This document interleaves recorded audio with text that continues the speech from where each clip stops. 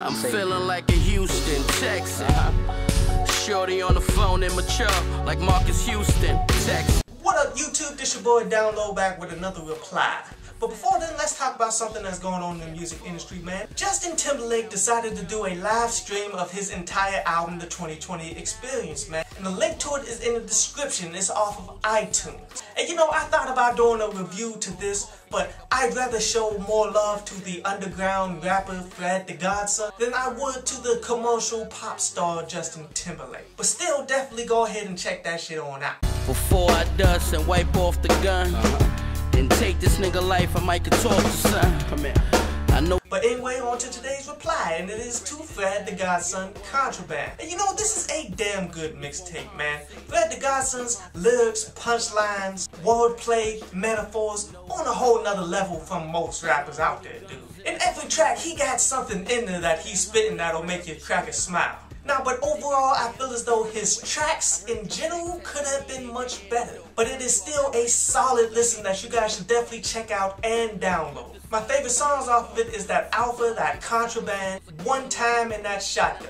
See, but here's the main thing I want to talk about. As you guys should know, the XXL freshman list is coming up really shortly. And Fred the Godson was part of the 2011 list. Now here's the negatives about being on such notable lists, man. You're going to be compared to everyone else on that list for the rest of your career. Just like how Sam Bowie is always mentioned when they talk about Michael Jordan. Same draft class, even though they're in different fucking leagues. Now what I wanted to do was rank the 2011 class based on what they've done in the last few years that they were on this list. Starting from the top with the S class. You got Kendrick Lamar and Big Crit. Then you got A class. Then you got Meek Mill and Yellow Wolf, where they both made it to major labels, both put out projects, but yet they really didn't get as huge as people thought they could be. Then you got your B class, in which I put Fred the Godson and Sci High because they both got skills, but they still on that mid-range, just dropping mixtape level. But then I also just added Mac Miller, because Mac Miller don't have the talent that these guys have, but independently,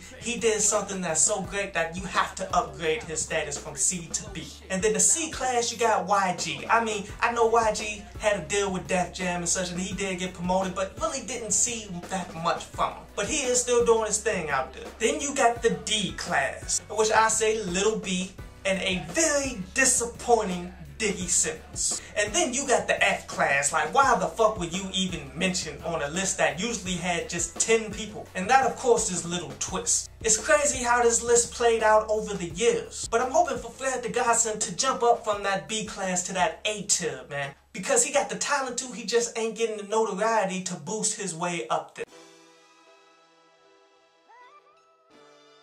But anyway, on to today's article from DownloadPass.com, and it's day 5 of Classic Material Week, in which, for a lot of you who don't know, I do articles on Sunday. Just because they aren't in the industry top doesn't mean that I'm not doing them. That's why you gotta go to the website.